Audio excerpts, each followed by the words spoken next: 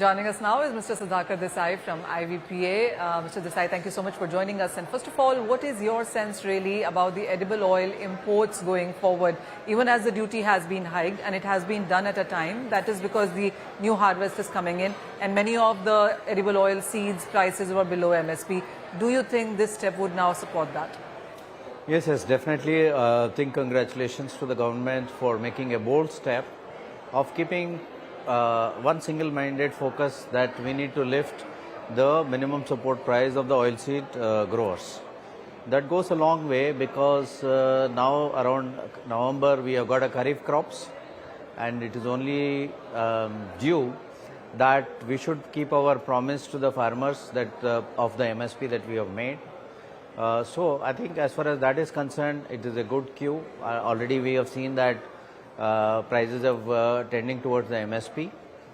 Only one thing around this time in terms of timing, one would have expected that international would also take let's say 30 or 40% of the cushion of the duties. Normally what happens, international would fall a little bit and the balance would be absorbed by the Indian market.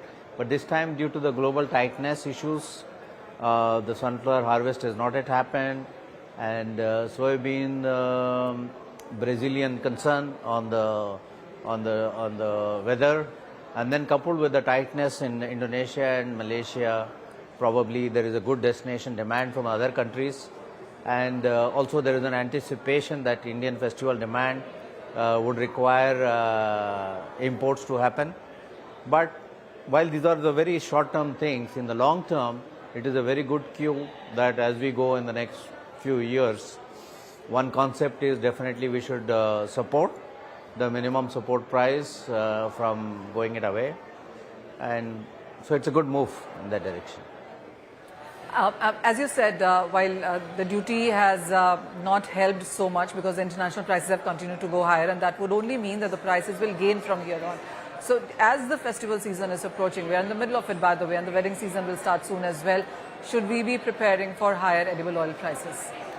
No, the objective of the duty increase is to cause a little bit of increase in prices to start with, because if it doesn't take any, if the international market takes the entire absorption and the seed prices remain below MSP, then the objective would not be fulfilled, right?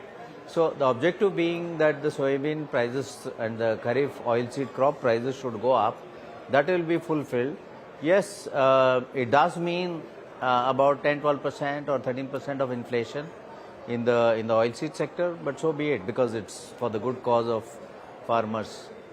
As far as from industry point of view, I think we already explained to the government that probably a part of this would have been kept for increasing the differential between crude and refined, which is our long-standing demand, and the government also knows that this is a very long-standing demand. Why are we making this demand? What is the logic of it?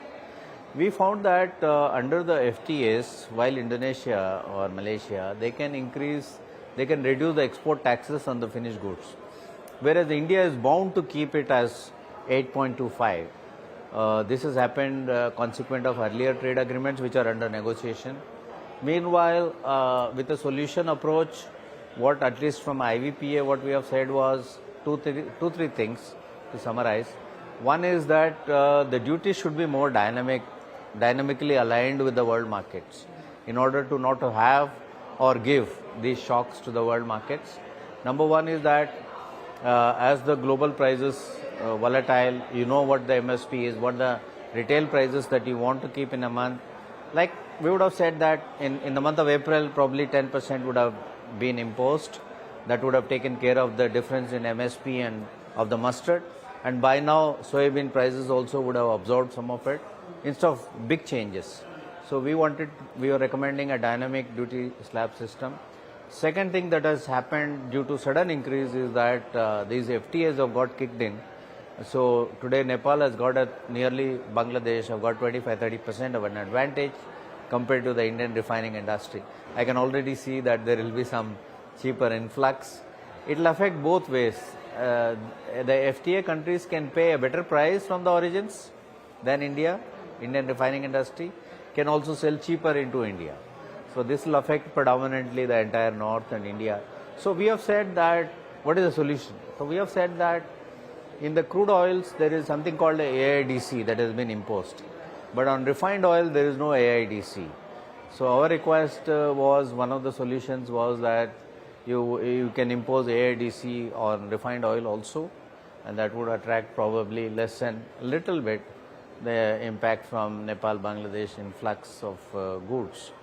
And hopefully the related sector compared to soybean, the meal and poultry and aqua would also absorb some of this. We just heard the food sector also talking in the event, in the conference here, about how the food inflation, the related issues are also going up because oil is the main ingredient into Various sectors, yeah. really. So the word is going ahead. The word is about balancing multi-sectoral interests, at the same time keeping the farmers in the center of the central focus for the policy to make it happen. Look at, or how are you approaching the festival season? We do understand, as you said, the demand isn't as great as you anticipated. How are you looking at various products doing, and what is your outlook for the festival season as a company? No, normally in this season, we also very big in West Bengal, where Durga Puja is very big festival, and then supported, followed by Diwali everywhere. So normally we have seen that there is a 10% increase in the consumption around this time. So we are geared up supply chain wise in order to meet the demand in terms of brands. Our continued efforts will remain on creating niche and differentiated health oriented brands by our brand Healthy and Tasty. And then we also have an economic popular brand called Best Choice. So we continue to sell brands. We are also diverting a little bit, diversifying a little bit into products like soya nuggets and spices. And we are the largest producer of biodiesel in India because as a consequence of being reasonably prominent in palm oil imports, we can best utilize the byproducts by way of value adding. So we've been expanding a little bit on the biodiesel. So one request is that biodiesel is a mandate along with bioethanol, ethanol.